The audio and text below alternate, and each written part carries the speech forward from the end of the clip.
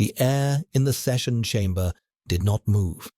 It was a manufactured stillness, scrubbed of dust and pollen and the stray, unruly scents of living things. It tasted of ozone and chilled metal, a sterile flavor that coated the back of Elian's throat. He stood on the dais, a living statue draped in the heavy, ceremonial silks of his people. Ivory and silver thread that felt alien against his skin. A costume for a role he had been born to play, but had never truly learned. The fabric was heavy with the weight of expectation, each embroidered sigil a link in the chain of his lineage, a chain that ended here, with him. He was not a prince. He was a price, a bartered piece, a seal on a document that would cede his kingdom's autonomy for the promise of survival. His father, King Valerius of the Periphery, stood a few paces to his left, his posture a rigid pillar of desperate pride. His scent, normally a sharp, aggressive tang of pine and cold stone, was muted by the core's atmospheric neutralizers, leaving him diminished, a predator stripped of its teeth. Elian could feel his father's anxiety as a low thrum in the air, a vibration of need so profound it bypassed the scrubbers and settled deep in his own bones. He kept his eyes fixed on the far wall, a seamless expanse of pearl-grey alloy that reflected a distorted, elongated version of the room.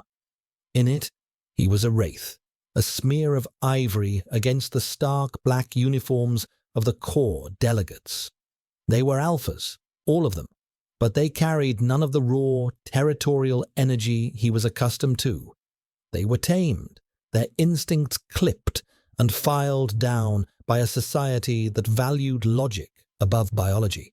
Their faces were impassive masks, their gazes analytical, dissecting him piece by piece, the Omega, the offering, the final archaic clause in a treaty between a dying world and a thriving one. He felt less like a person and more like a theorem about to be proven. He pressed his palms together, the fine silk of his gloves whispering with the movement. Beneath the fabric, his skin was cold, his pulse a frantic, trapped bird beating against the cage of his ribs. He had been injected with suppressants before their departure, a triple dose to ensure his scent remained a perfect, clinical nullity. No distress, no fear, no hint of the Omega biology that the core considered a primitive contagion. The needle had been cold, the plunger's hiss a final reminder of his purpose. He was not to feel. He was to be, an object, pristine and silent. The silence in the chamber stretched, pulled taut like a wire. It was a weaponized silence, designed to unnerve, to assert dominance, without a single word. The core understood power, not as a shout, but as the control of space, of time, of the very air one breathed. Elian focused on the sensation of the floor beneath his feet, the unyielding polished stone. He grounded himself in it, a small secret act of defiance. He would not tremble. He would not sway. He was the son of Valerius, the last offering of a proud line. He would show them the strength of the periphery, even in its surrender, even if it was a lie. A whisper of displaced air heralded the king's arrival. The great doors at the end of the hall did not open. They dissolved, panels of metal retracting into the walls with a sound so faint it was more felt than heard. King Theron of the core entered alone. He was not what Elian had expected. The picked captures had shown a man of severe, handsome features, but they had not captured the sheer presence of him. He was tall, his body clad in a simple, unadorned black tunic that seemed to absorb the light around it. There was no crown, no sigil of office, nothing to denote his station, save for the absolute chilling certainty in his posture. He moved with a liquid grace that was both beautiful and predatory, his steps silent on the stone floor. His scent, unlike everyone else's, was not entirely neutralized. A faint, clean aroma clung to him, something like cold mountain air and static before a lightning strike. It was a scent of immense, controlled power, a declaration that the rules applied to everyone but him. Theron's eyes, the color of pale winter frost, swept the room once, a glance that catalogued, assessed, and dismissed everything in its path. Then they landed on Elian. The world narrowed to the space between them. The air grew thin, heavy. It was not a look of desire, or even of appraisal. It was the focused, unnerving curiosity of a scientist examining a new, inexplicable specimen. He saw the suppressants warring with Elian's biology. He saw the rigid control in Elian's posture. He saw the tremor in the fine muscles of his jaw. He saw everything. Elian felt stripped bare, his carefully constructed facade of placid obedience dissolving under that icy gaze. For a terrifying moment, he felt his own scent, the forbidden fragrance of rain-soaked earth and crushed jasmine, threatened to break through the chemical dam of the suppressants. He clenched his fists, the seams of his gloves straining. Control. It was the only thing his father had ever truly taught him. Control your scent. Control your expression. Control your heart. Your value is in your stillness. King Theron stopped before the dais, his gaze leaving Elian to fall upon the treaty resting on a slender pedestal. The document was an ancient thing, crafted from processed vellum, its surface covered in the elegant, archaic script of the periphery.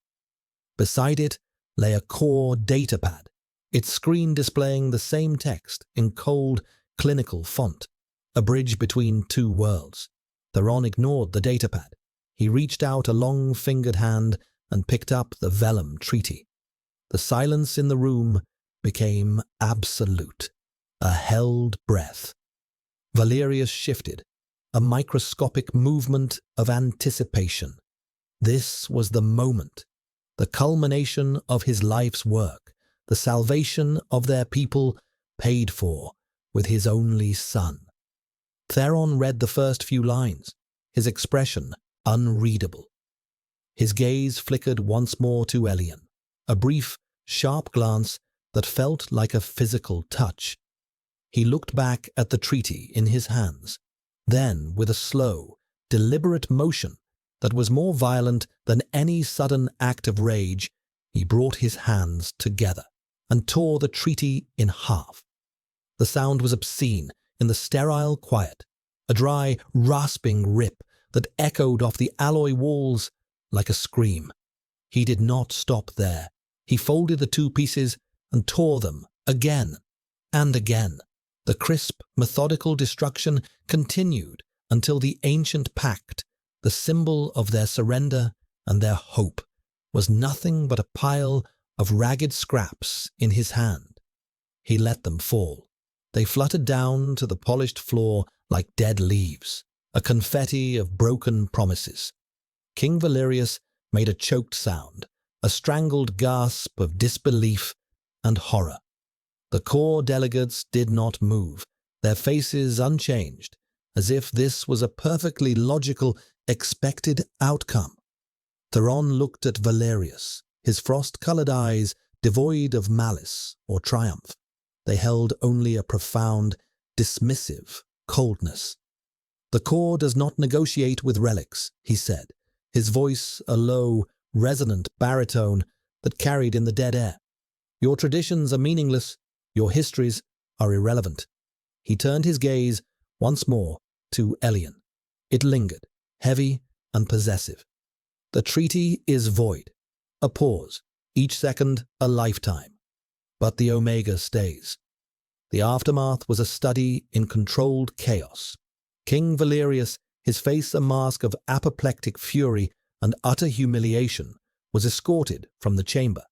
He did not look at Elian. His son, his asset, had failed in his function. Or perhaps, in some terrifying way Elian could not yet comprehend, he had succeeded too well. The transaction was void, but the product had been kept. Elian stood frozen on the dais, the discarded scraps of the treaty at his feet. He was unmoored, a ship cut from its anchor and left to drift in a vast, alien sea. He was no longer a prince of the periphery, nor was he the bonded consort of the core's king. He was a piece of contraband, an anomaly in a system that did not tolerate anomalies. The core delegates filed out with the same silent efficiency with which they had entered. Their mission, whatever it had been, apparently concluded. Finally, only Elian and King Theron remained, separated by the wreckage of the pact that was meant to bind them. Theron descended the few steps from his own platform and crossed the floor, his movements unnervingly silent. He stopped before Elian, so close that Elian could feel the faint coolness radiating from his body. The scent of ozone and cold air was stronger now, a clean, sharp fragrance that pricked at Elian's suppressed senses. He had to tilt his head back to meet the king's gaze. Up close, his eyes were not just frost, they were a complex geography of pale grey and silver, like a frozen lake fractured by light. "You are an interesting variable," Theron said, his voice a low murmur, not meant for anyone else. It was not a compliment. It was an observation, the kind one might make about a peculiar weather pattern or an unexpected data point. He reached out, and Elian flinched, a small, involuntary jerk of his shoulders. Theron's hand stopped, hovering in the air between them for a long moment. He did not touch him. Instead, his gaze dropped to the high, restrictive collar of Elian's ceremonial robes. "That collar," he stated, "is a restraint. The suppressants you were administered are a cage. Here we prefer our variables unconstrained." His hand dropped back to his side. "You will be taken to your quarters. You will be cleansed of your native contaminants." He turned, his back presenting a wall of black fabric. "And you will be observed." Two guards, clad in the same featureless black as the delegates, materialized at his side. They were betas, their presence a soft, unobtrusive hum in the background of the king's potent alpha energy. They did not touch him, but their proximity was a clear command. One gestured down a corridor that seemed to have materialized from a previously seamless wall. Elian's legs felt like lead, but he moved, following the guard's silent direction. He did not look back at the king, nor at the torn paper on the floor. He walked away from his past, from his name, from the person he was supposed to be, and stepped into a future that was a perfect, terrifying blank. The journey to his new prison was silent. The corridors of the royal spire were like arteries of glass and light, sterile and beautiful. There were no decorations, no art, only the endless, hypnotic pulse of soft light from recessed panels in the ceiling and floor. It was a world without shadows. They ascended in a transport tube, a clear cylinder that shot upwards through the heart of the spire, the city of the core, spreading out below them like a glittering circuit board. It was a vista of perfect, geometric order, a stark contrast to the sprawling, organic chaos of his homeland. His quarters were at the apex of the spire, a suite of rooms encased in floor-to-ceiling transparent walls that offered a panoramic, dizzying view of the world. The space was immense, larger than his father's entire throne room. But like the corridors, it was sterile, impersonal. The furniture was minimalist, sculpted from pale wood and grey metal, arranged with mathematical precision. There was a bed, a table, a few chairs. No books, no personal effects, nothing to soften the edges. It was a beautiful, empty cage. The guards left him. A different figure entered, a medical attendant whose designation, Gamma, was something Elian had only read about. A neutered class, bred for service, with no scent and no discernible emotion. The Gamma approached him with a hypospray. A purification directive from the sovereign, the Gamma stated, its voice a monotone, synthesized hum. Your system must be purged of external chemical agents. Elian wanted to resist, to fight, but he was frozen by a profound sense of futility. He was a specimen. Specimens did not have a say in their own dissection. He held out his arm, and the Gamma administered the injection. A cold rush flooded his veins. The process will take several hours. A nutrient solution has been prepared for you. Your garments will be incinerated, and appropriate attire will be provided. The Gamma placed a simple grey tunic and trousers on the bed, and then departed, the door sealing behind it with a soft hiss. Elian stood alone in the center of the vast, empty room, the city lights twinkling below like a fallen constellation. The silence pressed in on him. He slowly, mechanically, began to remove the ceremonial robes. The heavy silk slid from his shoulders, pooling at his feet like a shed skin. The silver threads caught the light, one last, faint glimmer of the life he had left behind. He was left in a simple linen under-tunic. He felt the first effects of the purge. A deep, aching tremor began in his bones, a cellular rebellion as the new agent went to war with the suppressants that had been a part of him for years. A wave of nausea rolled through him. He stumbled to the wall of glass, pressing his forehead against its cool, unyielding surface. Below, the city was a river of light, a testament to a power so absolute it could command the very stars to fall to earth. And here, at its pinnacle, he was coming undone. The chemical walls inside him were crumbling. For the first time since he was a child, he felt the first faint, terrifying whisper of his own true scent rising to the surface. Jasmine, crushed and bruised, and the ozone scent of rain, long before the storm. It was the scent of his fear. It was the scent of his freedom. And in this sterile, silent room, it felt like the beginning of an interrogation. The hours that followed were a descent into a feverish, sensory purgatory.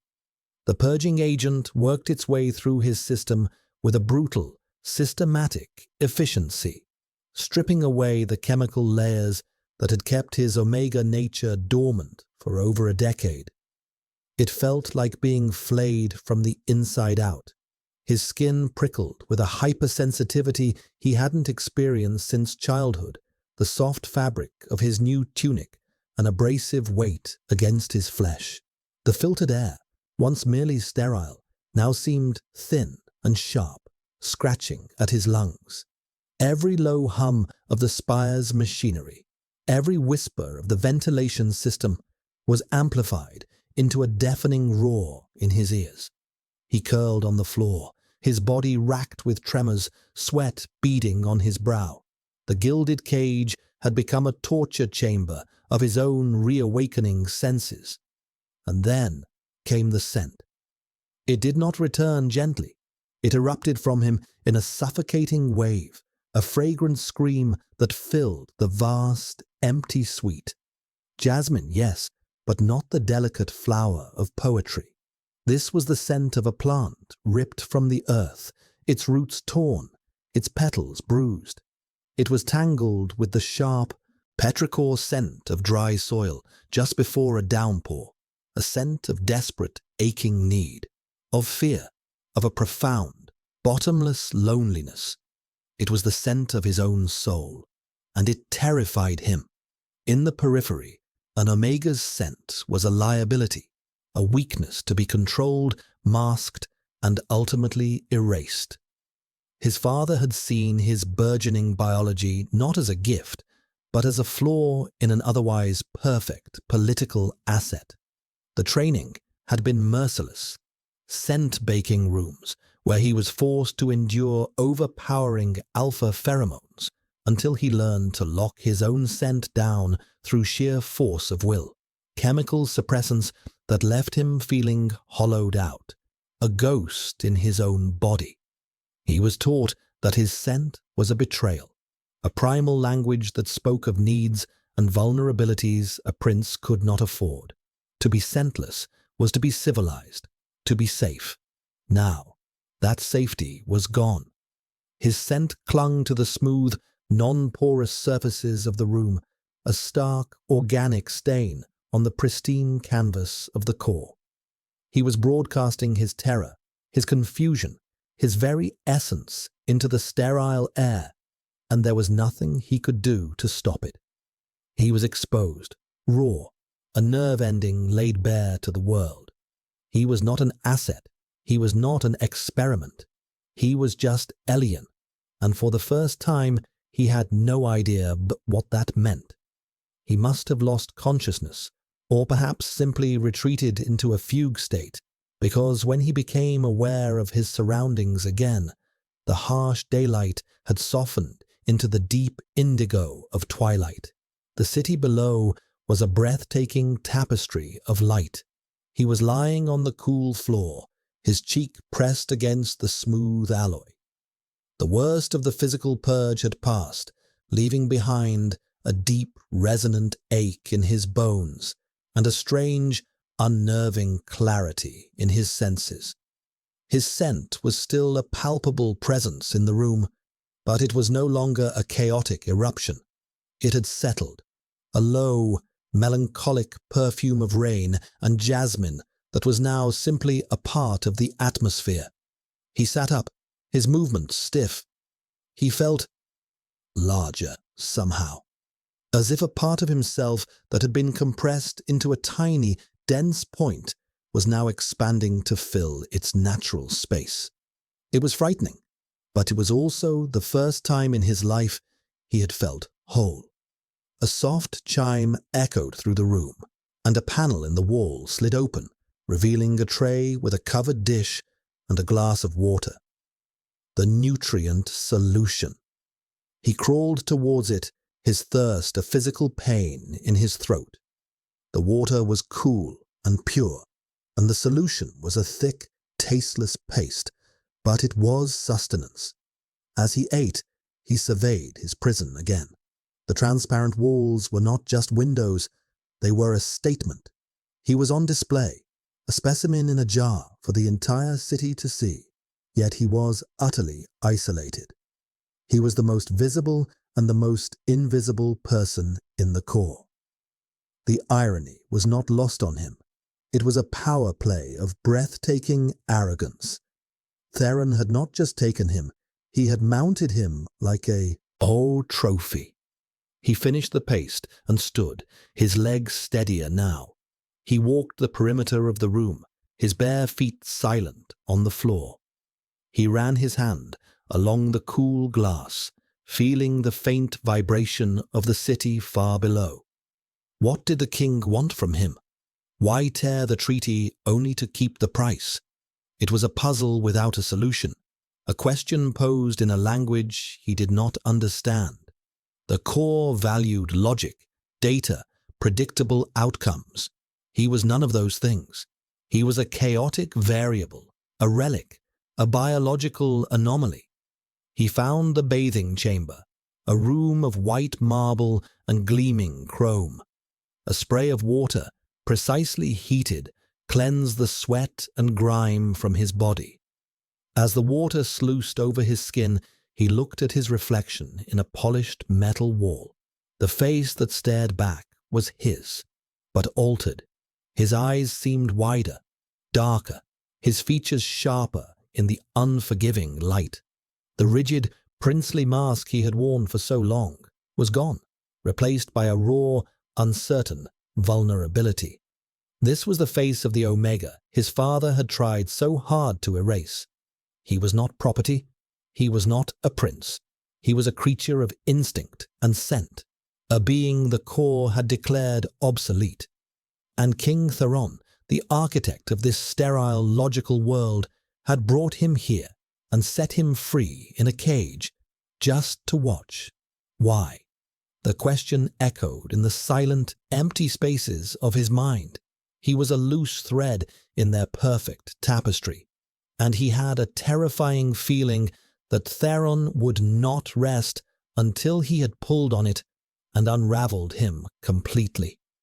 Days bled into one another, marked only by the shifting light outside his glass prison and the silent delivery of nutrient paste. The spire was a world of profound silence, a silence that forced Elian inward, into the labyrinth of his own thoughts and memories. He spent long hours staring out at the city, at the endless, orderly flow of transport craft weaving between the crystalline towers. It was a perfect system, a machine of impossible complexity, and he was its ghost. He began to pace, a caged animal learning the dimensions of its enclosure. From the northern wall, he could see the silver ribbon of the river that bisected the city. From the southern, the vast terraformed plains that fed the core.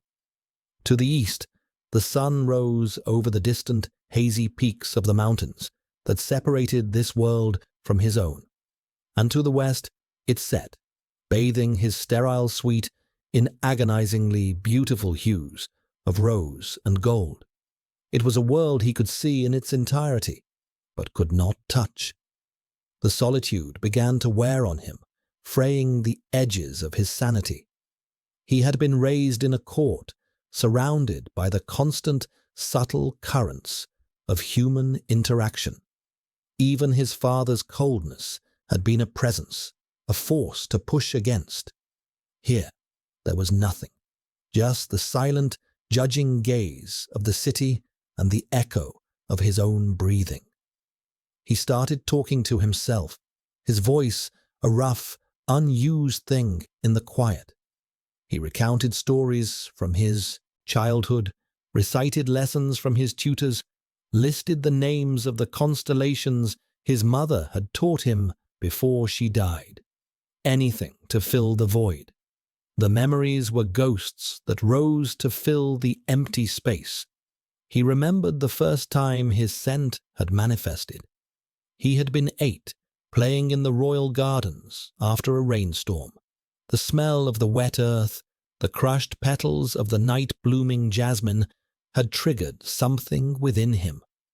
A sweet, intoxicating scent had bloomed from his skin, and for a moment he had felt a profound, joyful connection to the world around him. His father had found him. The joy had curdled into terror at the look on his face, a mixture of disgust and fear. That was the day the training began. The day he learned that a part of himself was a shameful, dangerous thing that had to be buried. He remembered the endless lessons in control, how to breathe, to slow his heart rate, how to focus his mind, to suppress the scent glands at the base of his neck and wrists. He remembered the scent baking rooms, the thick, cloying alpha scents of rage, of lust, of aggression, pumped into the sealed chamber until he learned to build a wall inside himself, a fortress to hide his Omega nature behind. His father had called it discipline, refinement, the forging of a tool fit for a king's purpose. Now, Elian understood it for what it was, mutilation. Theron had called the suppressants a cage. He had been right, but this glass tower was just a larger, more beautiful one. His freedom was an illusion, a controlled experiment to see how the specimen would react when its natural state was restored. He would not give the king the satisfaction of watching him break. He began to push back against the crushing weight of the solitude, he created routines. In the morning, he would perform the physical exercises his weapons master had taught him, his movements precise and controlled in the empty space. He meditated, not to suppress himself as he had been taught, but to explore the strange new landscape of his own senses. He focused on his scent, learning its nuances. The jasmine was not just fear, it was sorrow. It was a fragile, defiant hope. The rain was not just need, it was memory. It was the promise of growth. It was his language, and he was finally learning to speak it. He sat for hours by the western wall, watching the sunset. The light would pour into the room, setting the sterile surfaces ablaze with color. In those moments, the cage felt less like a prison and more like a sanctuary. He was separate from the world, and in that separation, he was finding a strange kind of peace. He was no longer Prince Elian of the periphery, the failed offering. He was just Elian, a being of scent and silence, waiting. He did not know what he was waiting for, but he knew it was coming. The king would not leave his variable unobserved forever. One evening, as the last rays of sunlight bled from the sky, the door to his suite chimed and hissed open. It was not a gamma with his nutrient paste. It was King Theron. He stood in the doorway, a tall, dark silhouette against the lighted corridor, the city lights reflecting in his pale, unreadable eyes. The quiet, contemplative peace Elian had cultivated shattered like glass. The king had come to check on his experiment. Theron moved into the room, the door sealing behind him, and for the first time they were truly alone. The space, which had felt vast and empty, suddenly seemed small, charged with a tense, electric energy. Theron's scent, that clean, cold fragrance of mountain air and static, mingled with Elian's own. The combination was dizzying, a clash of polar opposites, sterile control and organic chaos, winter and a rain-soaked garden. Theron's gaze swept the room, noting the empty food tray, the neatly folded tunic on the bed, the lack of any sign of distress or destruction. He seemed not disappointed, but intrigued. His eyes finally settled on Elian, who stood near the glass wall, his posture straight, his hands clasped behind his back. It was a posture of deference he had been taught, but now it felt like a shield. The purge was successful, Theron stated. It was not a question. Your biological markers have stabilized. Your scent is potent. He said the word potent as if it were a clinical diagnosis, a symptom. Your Majesty is well informed, Elian replied, his voice steady, betraying none of the frantic pounding of his heart. Theron walked slowly towards him, his steps making no sound. He circled Elian like a predator, assessing its prey, his gaze analytical, missing nothing. The way Elian's knuckles were white where he gripped his own wrist, the faint tremor in his shoulders, the defiant tilt of his chin. I am informed of everything that occurs within this spire, Theron said, his voice a low murmur. I have observed your routines, your exercises, your meditation, a commendable attempt to impose order on a chaotic state. He stopped in front of Elian, close enough that Elian was forced once again to look up at him. But it is a facade. Your scent tells a different story. It speaks of grief and a profound, corrosive anger. You are angry at your father for selling you, and you are angry at me for changing the terms of the sale. Elian's control snapped. I am not a commodity, he hissed, the words torn from him before he could stop them. I am not a variable in one of your equations. A flicker of something, surprise, satisfaction, crossed Theron's face before it was gone. "Everything is a variable," he replied, his voice calm, maddeningly reasonable. "You, me, the tides, the stars. The goal is not to deny the variables, but to understand and control them. Your father sought to control you by erasing you. He failed. He was so close now. The cool air around him seemed to warp the space, making it difficult to breathe. I, on the other hand, wish to understand you." He lifted a hand, and this time Elian did not flinch. He watched, mesmerized, as the king's long, elegant fingers came towards his face. He expected a touch, a caress, a gesture of ownership. Instead, Theron's fingers stopped a mere inch from his cheek, hovering in the air. Elian could feel the faint coolness from his skin, a ghost of a touch. "Tell me," Theron murmured, his gaze intense, hypnotic. "What did they teach you about your empathic resonance, the sub-vocal projection common in Omegas of your lineage?" Elian froze. It was a secret, a taboo. The faint, uncontrollable psychic hum that sometimes emanated from him when he was under extreme duress. His father had punished him brutally for it, calling it a curse. "I don't know what you're talking about." The lie was paper-thin. Theron's eyes narrowed slightly. "Do not mistake my methods for ignorance. The first time I saw you, in the session chamber, I felt it.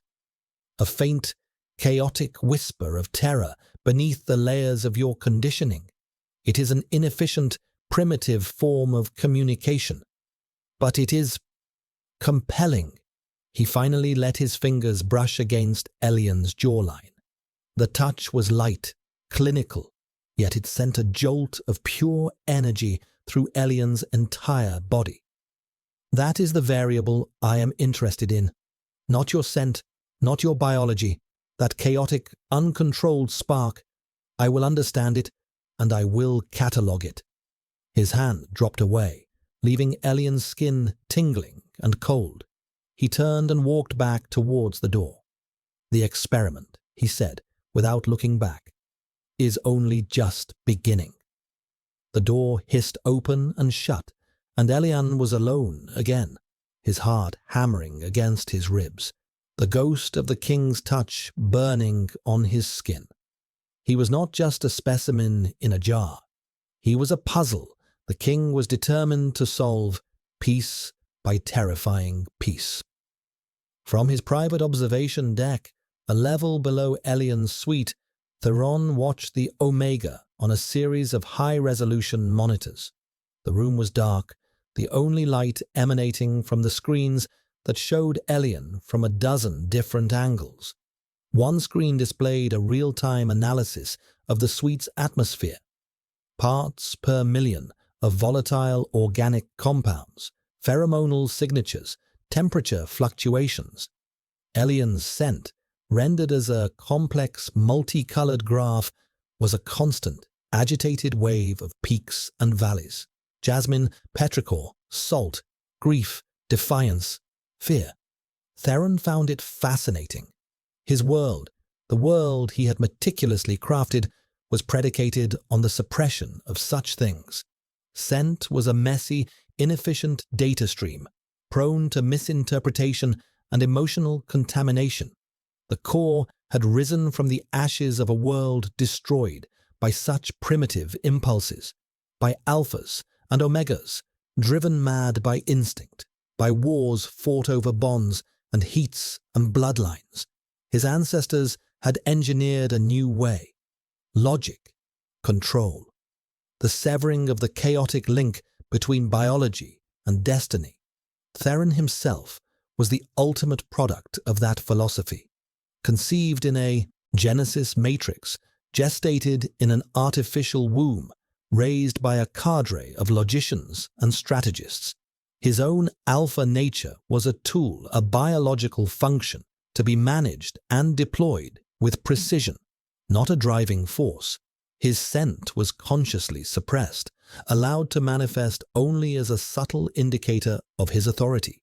His emotions were data points to be analyzed and archived, not experiences to be felt. He was a king who ruled not by passion, but by algorithm.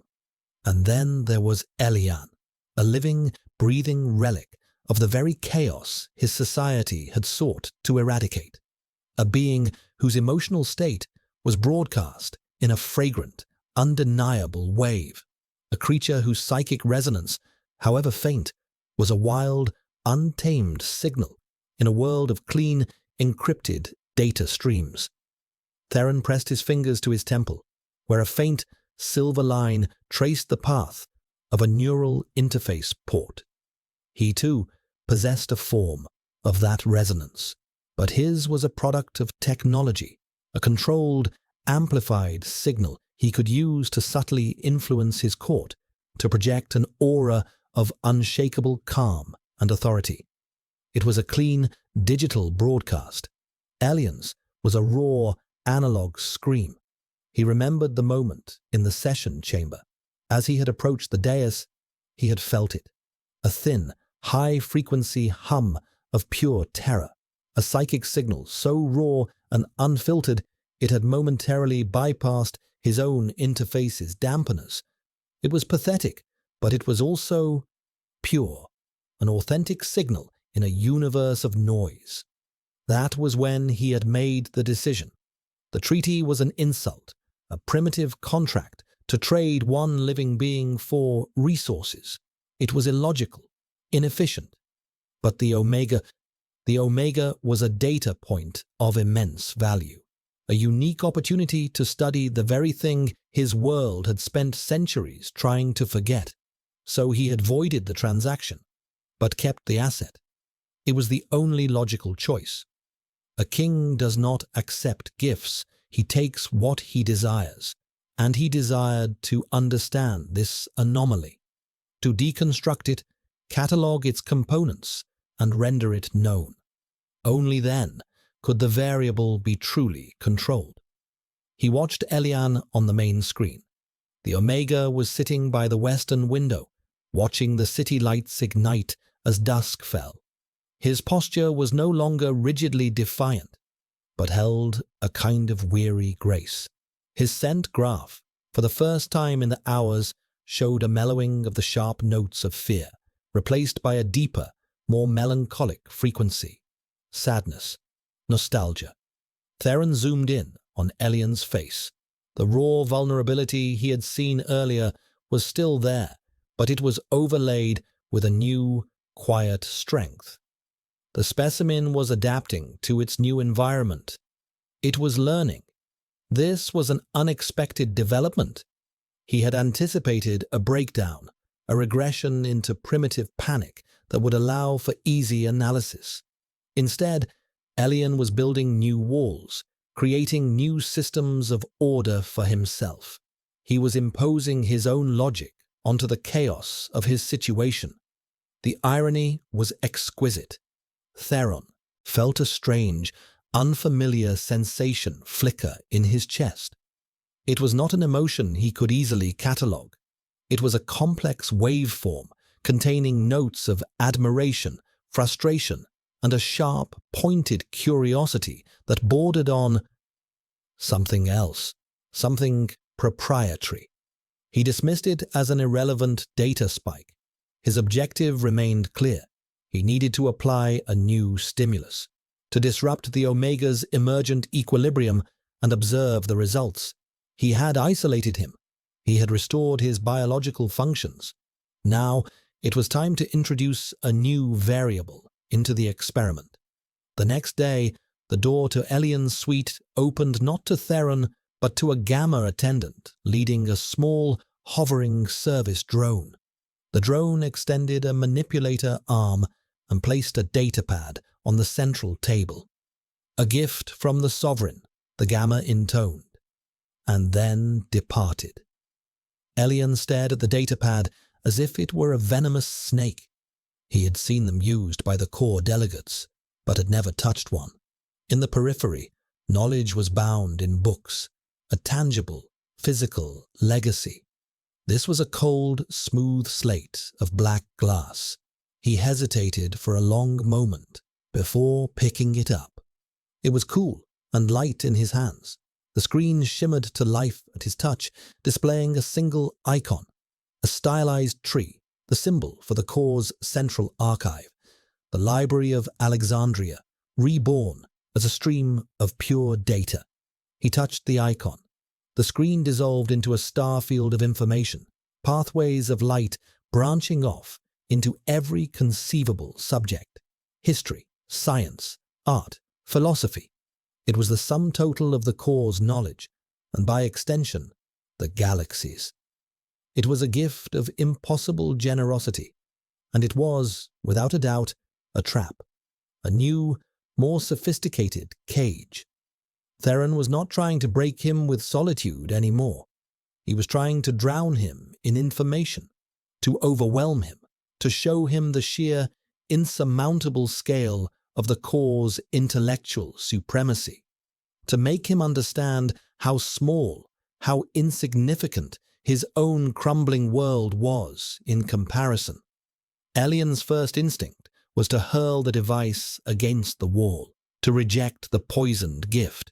But his second, stronger instinct was a burning, desperate curiosity. He had been starved of knowledge his entire life, fed only the carefully curated histories and texts that reinforced his father's worldview. This was everything. He sat down, the datapad resting on his knees, and began to explore. He started with history, not the heroic, sanitized version he had been taught, but the Core's version. It was a brutal, clinical accounting of facts. He read about the instinct wars, the devastating global conflict that had pitted Alpha against Omega, clan against clan, until their ancestral planet was a radioactive cinder. He read about the Great Severance, the philosophical movement that followed, which advocated for the complete subjugation of biological instinct to pure logic. He read about the Genesis Project, the centuries-long genetic engineering program that had created the modern Core citizens, calm, rational, their primitive drives bred down into near non-existence. He saw his own people through their eyes, the periphery, a small cluster of systems that had rejected the severance, clinging to the old ways. They were documented not as a proud, defiant kingdom, but as a failed state, a stagnant gene pool, a case study in societal decay. The text described their adherence to alpha-omega dynamics as bio-fatalism, a primitive superstition that hindered progress. It was cold, dismissive, and utterly soul-crushing. He felt a hot flush of shame, followed by a surge of anger. They saw him as a barbarian, a walking fossil. But as he read on, another feeling began to creep in. The Core's history was a litany of control, of suppression, of cutting away pieces of themselves to achieve a perfect, sterile peace. They hadn't conquered their demons, they had lobotomized them. They had traded the chaos of passion for the silence of the void. He looked out the window at the perfect, glittering city, and for the first time he saw not a triumph of civilization, but a monument to fear. A society so terrified of its own nature that it had chosen to amputate its soul. He delved deeper into biology. He read about omega physiology, not as a source of shame or a political tool, but as a complex and fascinating biological system. He learned about the intricate dance of pheromones, the neurological basis for empathic resonance, the cyclical nature of their bodies. The information was presented in the dry, clinical language of a scientific text. But to Elian, it was a revelation. He was not a curse. He was not a flaw. He was a biological reality, a product of millennia of evolution. The knowledge was empowering. It gave him a language, a framework to understand the things his father had taught him to hate about himself. He was not broken. He had simply been born into a world that had forgotten how to value him. He spent days, perhaps weeks, immersed in the archive. He barely ate, barely slept. He devoured information with a hunger that had been dormant his entire life. He learned about astrophysics, about art history, about xenolinguistics. He was forging a new armor for himself, an armor of knowledge. He understood now what Theron was. He was the perfect king of a perfect, empty kingdom, a man who believed that anything that could not be measured and catalogued did not truly exist. And he, Alien, was an unquantifiable truth, a living refutation of his entire philosophy.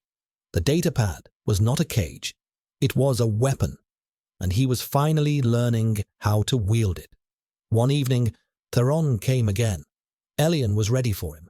He was sitting at the table, the datapad active in front of him, displaying a complex diagram of a starship's energy core. He did not stand when the king entered. He simply looked up, his gaze calm and direct. Theron stopped, taking in the scene. Elian was different.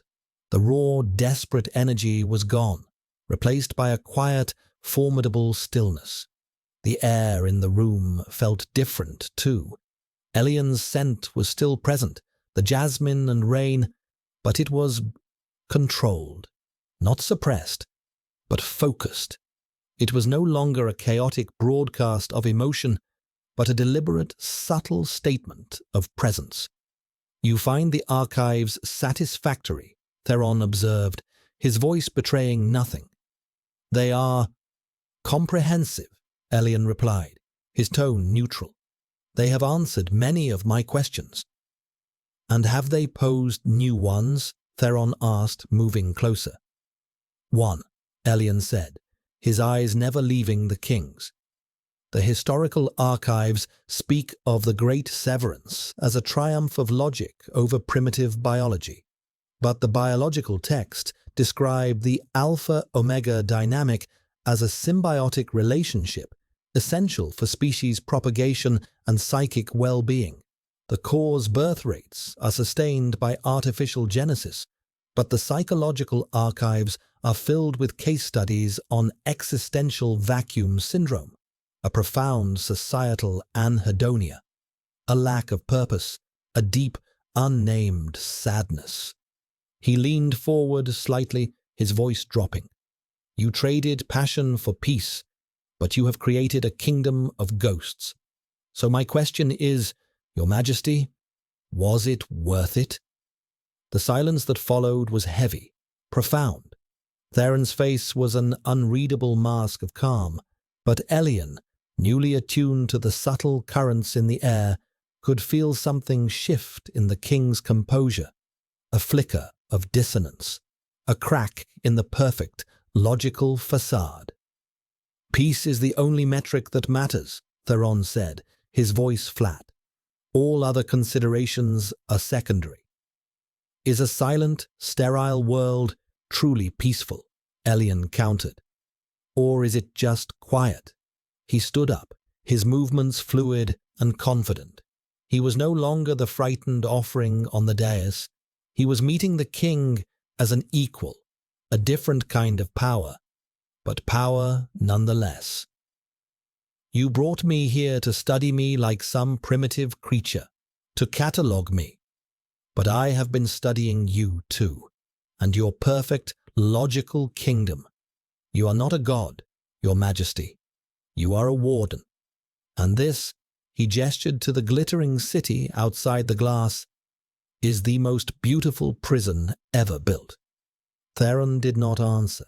He simply stared at Elian, his pale eyes holding a new, dangerous light. The experiment had taken an unexpected turn. The variable was no longer passive. It was analyzing the analyst. And for the first time in his meticulously controlled life, King Theron did not have a pre-calculated response. The dynamic between them had irrevocably shifted. The quiet war of wills escalated, settling into a tense, silent rhythm. Theron would visit, and they would engage in verbal spars that were as much about subtext and psychic pressure as they were about words. Elian, armed with the knowledge from the archives, dismantled the king's arguments with quiet, relentless precision. He questioned the core's philosophy, its history, its very soul, holding up a mirror to the kingdom's beautiful, empty face. Theron, in turn, would probe at Elian's past, his conditioning, the emotional scars left by his father. He was searching for a weakness, a flaw in the Omega's newfound armor. But Elian had learned to turn his trauma into a source of strength. "My father taught me to endure," he told the king one evening, as they stood watching a meteor shower streak across the night sky. "He tried to hollow me out, to make me a perfect empty vessel. He failed. He did not realize that a vessel, once emptied, can be filled with whatever its owner chooses. I am choosing to fill myself with knowledge, with purpose, not the purpose he intended for me, nor the one you seem to have in mind." Their proximity was a constant, low-grade hum of energy. Theron's cold, controlled presence and Elian's warm, organic one created a tangible friction in the air. Elian became acutely aware of the king's scent, of the way it deepened almost imperceptibly when Elian scored a point in their debates. He became aware of the way Theron's gaze would linger on the pulse point at his neck, where his own scent was strongest. It was not lust, not in the primitive way he had been taught to fear. It was something more complex, more dangerous. It was the focus of a collector on a rare, priceless object he both coveted and wished to disassemble to understand its mechanics. One night, a new variable was introduced. A disturbance rippled through the city, a series of synchronized energy failures in the lower sectors. It was a minor event, quickly contained, but for a few minutes, the perfect, unblinking lights of the cityscape flickered. From his vantage point in the spire, Elian watched the brief plunge into darkness, and he felt something else, a wave of panic, a low collective hum of anxiety from the millions of souls below. The citizens of the core, so used to their perfect, ordered world, were terrified of the dark. The psychic static of it washed against the spire, and Elian felt an echo of it resonate within him. Theron appeared moments later, his face grim. "A minor malfunction in a power conduit," he said, his voice tight. "It is being corrected." "They're afraid," Elian said softly, his gaze still on the city, "of a few moments of darkness." "They are unused to disruption," Theron countered. "It is a logical response to an unexpected system failure." "It's not logical," Elian insisted, turning to face him. "It's instinctual. It's the ancient, primal fear of the dark, of the unknown, the very thing you tried to engineer out of them. You see, you can build glass towers and scrub the air, but you can't erase what you are. It's still in there, dormant, waiting." Theron's jaw was tight. Elian had touched a nerve, the foundational crack in the core's ideology. The king's control was absolute, but only as long as the system remained perfect. Any disruption, any hint of chaos threatened to undo centuries of conditioning. The incident, however minor, had exposed their fragility. The next day, a package arrived for Elian. It was not data this time. It was a small, potted plant, a night-blooming jasmine. Its leaves were a deep, glossy green, its buds tight and pale. It was a living, breathing, organic thing, in his sterile world, a piece of his past, of his very scent, delivered to his cage. There was no note. There didn't need to be. It was a message from Theron, a reminder of what Elian was, where he came from, a beautiful, fragrant threat. "I know you," the gift whispered. "I know the source of your scent, the root of your being. Do not forget who is in control here." Elian placed the plant by the western window where it would get the afternoon sun. He would not let it be a symbol of intimidation. He would make it a symbol of his own resilience. He would nurture it. He would watch it grow. He would wait for it to bloom. The jasmine became the center of his world. He tended to it with a devotion that surprised him, watering it with a portion of his own daily ration, gently wiping dust from its leaves. It was a small, vital piece of the periphery, a living link to the earth he had been taken from. Watching it, he felt a strange sense of peace settle over him. It was a quiet act of rebellion. In this world of steel and light, he would cultivate life. Theron did not mention the plant, but Elian knew he was watching. The king's visits became less frequent, but more intense. The intellectual sparring gave way to long periods of silence, where they would simply observe each other, the air thick with unspoken tension. Elian could feel the king's frustration, his inability to solve the puzzle that was Elian. He was not breaking. He was not yielding. He was growing. One night, the first jasmine bud unfurled, a single, perfect white flower that released a wave of pure, sweet fragrance into the air. It was a scent far more potent and beautiful than the bruised, fearful version that came from Elian's own skin. It was the scent of life, of hope, of untamed beauty. Elian was standing before it, inhaling the perfume, when Theron entered. The king stopped dead, his gaze fixed on the flower. The pure, organic scent was an assault on the sterile atmosphere, a profound violation of the core's principles. Elian watched him, waiting. Theron walked to the plant, his movements stiff. He reached out a hand as if to crush the delicate bloom. But he stopped, his fingers hovering just above the petals. For the first time, Elian saw something other than cold logic in the king's eyes. He saw a flicker of profound, aching longing, a glimpse of the ghost in the machine. "In the historical archives," Theron said, his voice raspy, almost inaudible, "there are references to the old earth. Before the severance, they speak of gardens." He looked from the flower to Elian, and his mask of control was gone, replaced by a raw, painful vulnerability.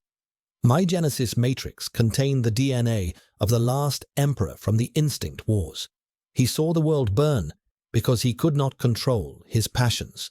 My entire life has been a correction of his error, a war against the very idea of a garden."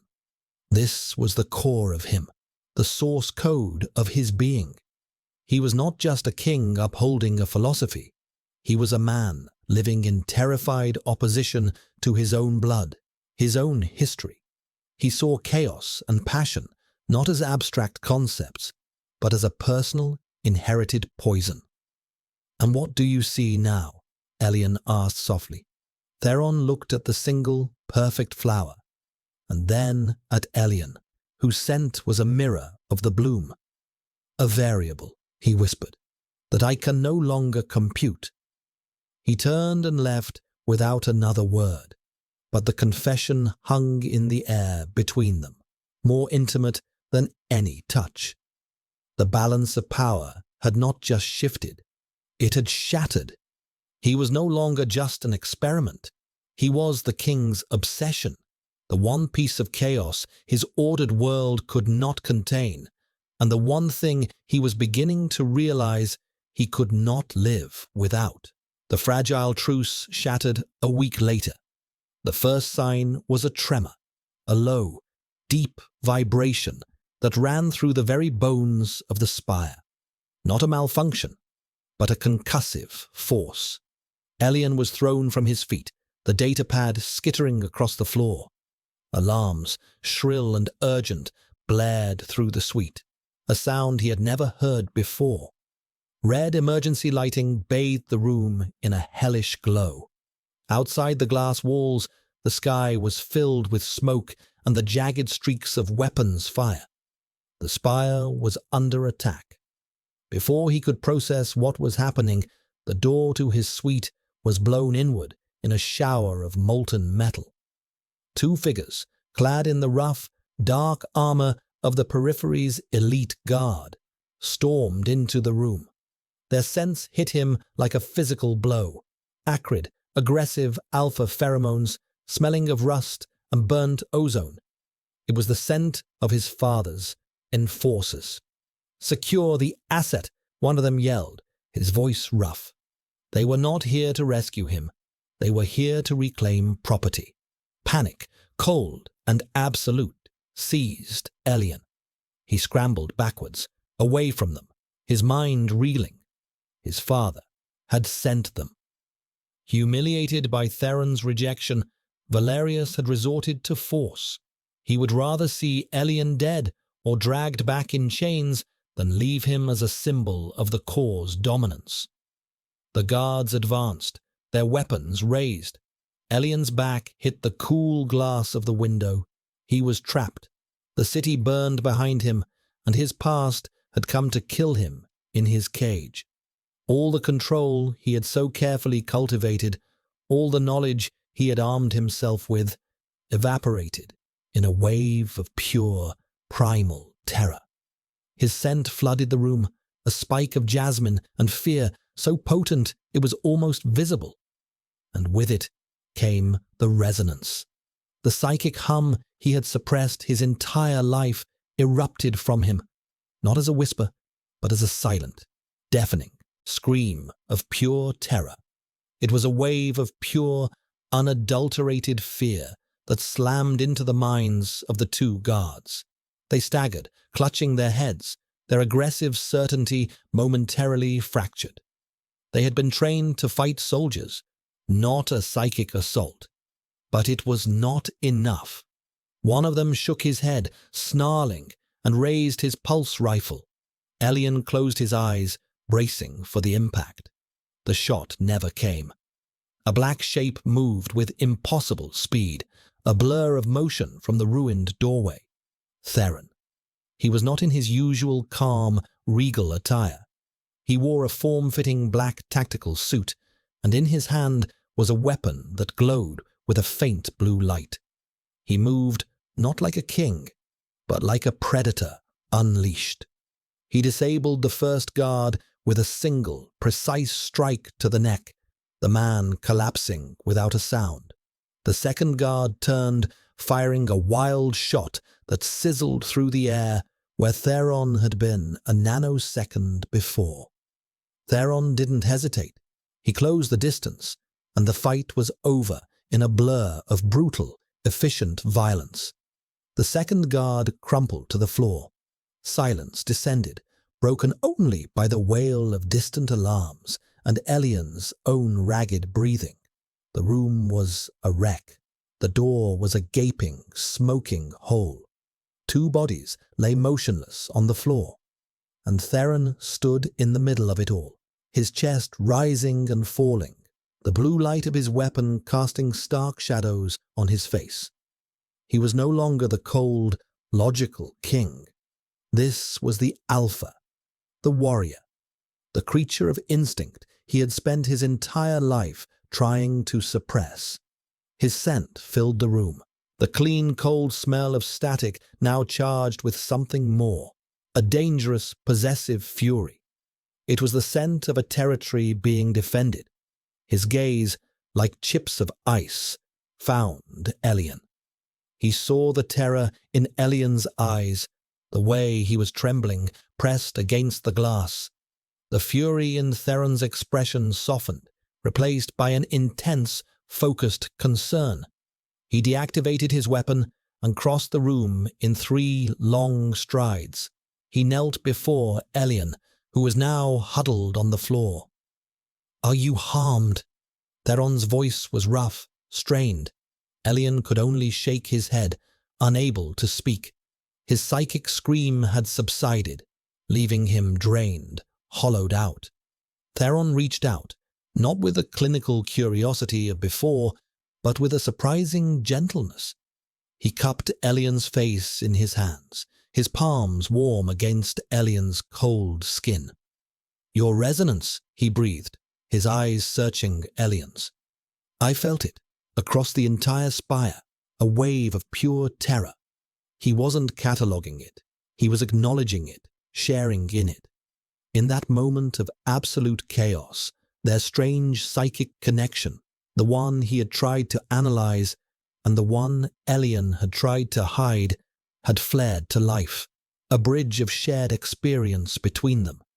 He had felt Elian's terror as if it were his own, and it had driven him here, a primal instinct overriding all logic, all protocol. He was the king. He should have been in the central command bunker, directing the defense. Instead, he was here, protecting his variable. A sudden, sharp pain made Theron flinch. Elian's gaze dropped. A deep gash ran along Theron's side, his black suit stained with a darker, so glistening red. He had been injured. The perfect, untouchable king was bleeding. The sight shocked Elian out of his terror. Without thinking, he reached out and pressed his hand against the wound, as if he could staunch the flow of blood through sheer will. The touch was electric. Theron gasped, his whole body going rigid. Through their point of contact, Elian felt a jolt of the king's pain, his exhaustion, the adrenaline of the fight, and beneath it all, a deep, resonant hum of something else, a fierce, terrifying possessiveness directed entirely at him. Mine. The thought was not Elian's own. It was a bleed-through, an echo from Theron's mind that shot through their psychic link. It was not the possessiveness of an owner for an object. It was the instinct of an alpha for his mate. The revelation was so profound, so world-altering, that it left Elian breathless.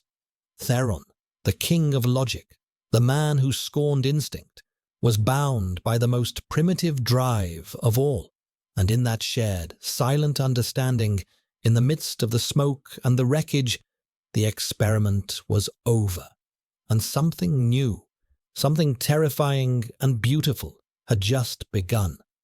The immediate chaos subsided, replaced by the quiet hum of the spire's emergency systems. Theron's personal guard, the elite Praetorians, materialized, their movements silent and efficient. They secured the room, removing the bodies of the periphery soldiers with a chilling lack of ceremony. A medical team arrived, but Theron waved them away, his eyes never leaving Elian. He kept his hand over Elian's, pressing it to his wounded side, as if their contact was more vital than any sterile bandage. The world outside the broken doorway ceased to exist. There was only the circle of their shared space, the scent of their mingled blood and pheromones, the low thrum of their psychic connection. "You are being relocated," Theron said, his voice low and firm, pulling Elian to his feet. "This level is no longer secure." He did not release Elian's hand. He led him from the ruined suite, his grip a warm, possessive anchor in the disorienting aftermath of the attack. They moved through corridors, now filled with purposeful activity, guards and officials hurrying past, their faces grim. But they parted for their king, their gazes flicking to Elian with a mixture of curiosity and awe. He was no longer the mysterious Omega in the glass tower. He was the one the king had come for. Theron did not take him to another sterile suite.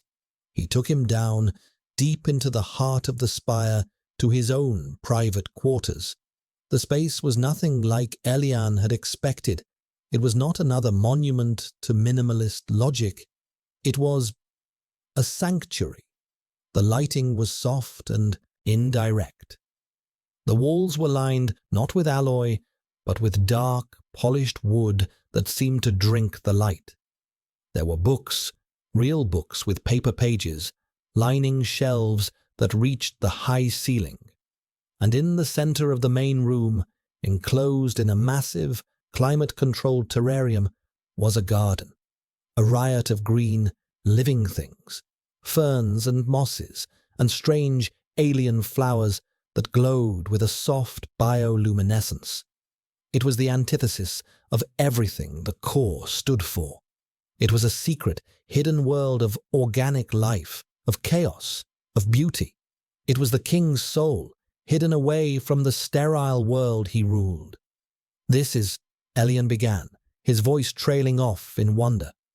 "A concession," Theron said, his voice tight with pain as he leaned heavily against a table. "To the ghost in my machine, a controlled environment to study and contain the illogical." He looked at the gash in his side. "The wound is minor, a glancing blow from a vibro blade." "It needs to be treated," Elian insisted, his voice regaining its strength. He guided the king to a low couch, gently pushing him down to sit. He looked around, spotting a medical kit on a shelf. He retrieved it, his movement sure and steady. The roles were now completely reversed. He was the caregiver, and the all-powerful king was the patient. He knelt before Theron and carefully cut away the torn fabric of the tactical suit. The wound was long and clean, but deep, oozing dark blood. Elian worked with a focused calm he didn't know he possessed, cleaning the wound with antiseptic, his touch gentle. Theron was utterly still, his head leaned back against the couch, his eyes closed. But he was not relaxed. A fine tremor ran through his body, and his breathing was shallow. Elian realized he was not just in pain, he was in a state of profound shock, not from the wound, but from the events that had led to it, the loss of control, the eruption of his own instincts, the raw, terrifying fear he had felt for Elian. "Why?" Elian asked softly, as he applied a biosynthetic bandage that began to seal the wound. "Why come yourself? Your Praetorians could have handled it. You should have been in the command center." Theron's eyes opened. They were dark, his pupils dilated. "Their response time was 3.7 seconds too slow," he said, his voice a low rasp. "When I felt your signal, logic dictated that my personal intervention was the most efficient course of action to ensure the preservation of a high-value asset."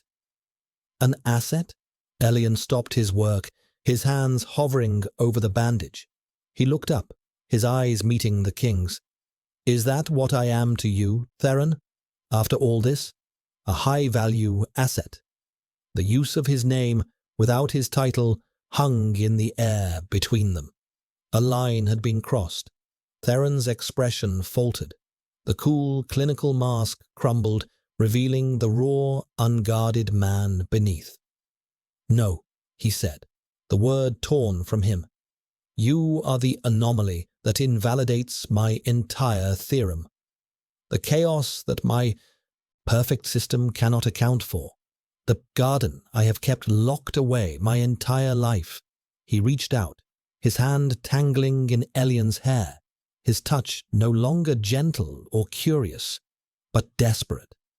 "When I felt your fear, it was not a data point. It was a fire. It burned away the logic, the conditioning. There was only one imperative. Get to you." He pulled Elian closer until their faces were inches apart. "I did not save you to continue my experiment, Elian. I saved you because the thought of your extinguishment—" He trailed off, unable to articulate the immensity of the feeling. "Is an outcome I am unable to contemplate." Elian stared into his eyes, seeing the truth of it there, the raw, terrifying vulnerability. The king who ruled a galaxy had found his one absolute weakness, and it was him.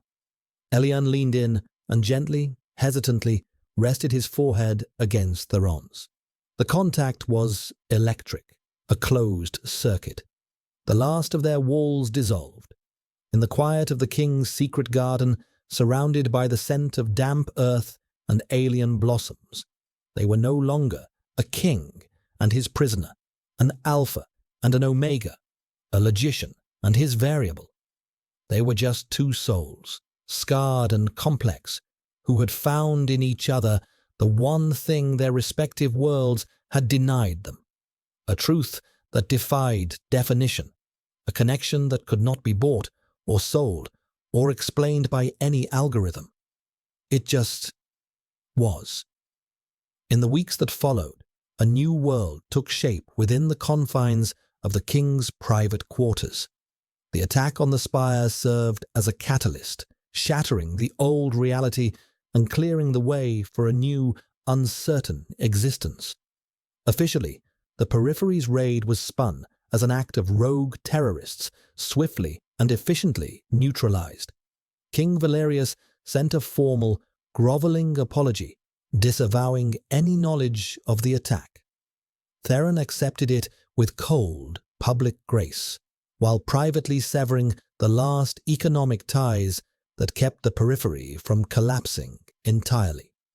Elian's father had made his move and lost spectacularly, and he would be left to preside over the slow, inevitable decay of his own kingdom.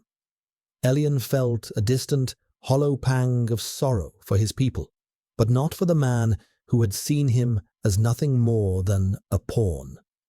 That part of his life was over, a book closed and placed on a dusty shelf. He did not return to the glass suite. The king's quarters became his own. He spent his days in the terrarium, learning the names of the strange, beautiful plants Theron had collected from a dozen worlds. He discovered that the king was a secret botanist, a man who found solace in the complex, logical systems of life, a beauty he could appreciate in private but could never allow into his public philosophy. The garden was Theron's one hypocrisy, and Elian loved him for it. Their relationship was a quiet, unfolding thing. There were no grand declarations, no passionate embraces. Their intimacy was built in the spaces between words, in shared glances across the room, in the simple act of Theron bringing him a rare, blooming orchid, or Elian reading aloud from one of the ancient poetry books while Theron worked at his desk. They learned to navigate the psychic connection that bound them. It was no longer a source of fear or a subject for analysis. It became a quiet, constant stream of awareness, a background hum of each other's presence. Elian could feel the weight of Theron's responsibilities as a low, steady pressure, and Theron could sense Elian's moods as a subtle shift in the emotional atmosphere, a change in his scent that only the king seemed able to detect.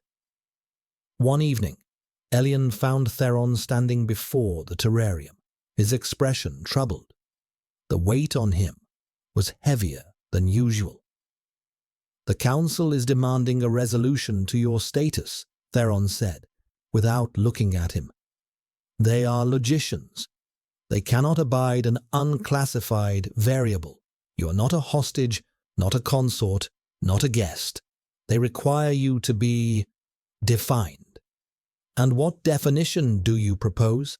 Elian asked, coming to stand beside him. Theron turned to him, his pale eyes serious. "There are several logical options. You could be granted political asylum, a formal citizen of the core, or we could ratify a new treaty, a personal one, A bonding contract. The words hung in the air. A bonding, the most sacred, most primitive, most feared and revered of the old ways, an unbreakable link between an alpha and an omega. You, the king who despises relics, are proposing the most ancient relic of all, Elian asked, a faint, ironic smile on his lips. It is the most efficient way to formalize our connection, Theron said, the clinical words at odds with the deep, resonant emotion Elian could feel from him. It would grant you a defined status, unparalleled authority, and permanently silence the council. It would also bind me to you forever, Elian said softly. It would be a cage, Theron. A beautiful gilded one, but a cage nonetheless. I would be trading one form of ownership for another. Theron's face fell. He looked away towards the garden. Yes, he whispered. You are right. It is an illogical, possessive, primitive impulse. Forgive me. Elian reached out and took his hand. Theron's skin was cool, his fingers long and strong. You tore the first treaty because you refused to accept me as property, Elian said, his voice gentle but firm. Do not ask me to sign a new one that makes me yours. That is not what this is. He squeezed Theron's hand. I will not be your bonded Omega, King Theron. I will not be defined by your council's need for order. I will not be a citizen of your sterile world. Theron looked at him, his eyes filled with a quiet, painful confusion. Then what will you be? Elian smiled, a real, genuine smile that reached his eyes. I will be Elian, and you will be Theron, and we will be unclassified. Let them choke on their logic. Our existence will be the one variable they can never solve. A slow, profound understanding dawned on Theron's face. Elian was not asking for a title, or for power, or for a defined role. He was asking for something far more radical, far more revolutionary in this world of perfect order. He was asking for the freedom to simply be together. It was the most illogical, inefficient, and beautiful proposition Theron had ever heard. The council will not approve, he said, a ghost of a smile touching his own lips for the first time. I am the king, Theron replied, his voice regaining its familiar, quiet authority. Their approval is not a required variable. Their final pact was not written on vellum or a datapad. It was a silent understanding, a new equilibrium found in the heart of the spire. Elian was given his own set of quarters, adjoining the king's, a space he designed himself. He filled it with plants from the terrarium, with books from the library, with soft fabrics and warm colors. He made it a home, an island of organic life and warmth in the sea of sterile steel. He became a fixture at Theron's side, a quiet, unnamed presence in the court. He sat in on council meetings, never speaking, but his presence was a constant, unnerving reminder to the logicians and ministers of the one thing their systems could not account for. They learned to fear his quiet, intelligent gaze, the way the king would sometimes look to him before making a final decision. He was the king's anomaly, his secret garden brought out into the light, and his power lay in his very undefinability. They did not bond in the traditional sense, but they were bound all the same by a connection that ran deeper than biology or law. Their intimacy remained a quiet, private thing, a world reserved for the quiet hours after the court had slept. It was a world of shared silence, of the scent of jasmine and cold mountain air mingling in the dark, of two minds, once so different, learning to resonate in perfect, harmonious accord. One night, they stood together on the king's private observatory deck, The star-dusted veil of the galaxy spread out above them. Below, the core glittered, a perfect, logical machine. It was still Theron's kingdom, a world of order and control, but it was no longer a prison. "Do you ever miss it?" Theron asked, his voice a low murmur in the quiet. "The periphery, the chaos, the world you were born to." Elian looked out at the endless expanse of stars, at the infinite, beautiful void. "I miss the rain," he said softly, "but I do not miss the cage." He had been a prince traded for a treaty, an omega kept as an experiment, a variable to be solved. Now he was none of those things. He was free, not because he had escaped, but because he had chosen where to put down his roots. He had found his own soil, his own light. He had built his own garden in the heart of the machine. He reached out, and his hand found Theron's. Their fingers intertwined, a perfect, unclassified fit. The treaty was dust, but they had forged something far stronger. An alliance of two, a kingdom of their own, built on a foundation of illogical, chaotic, and utterly unshakable love. The future was an unknown variable, and for the first time they were not afraid. They would face it together.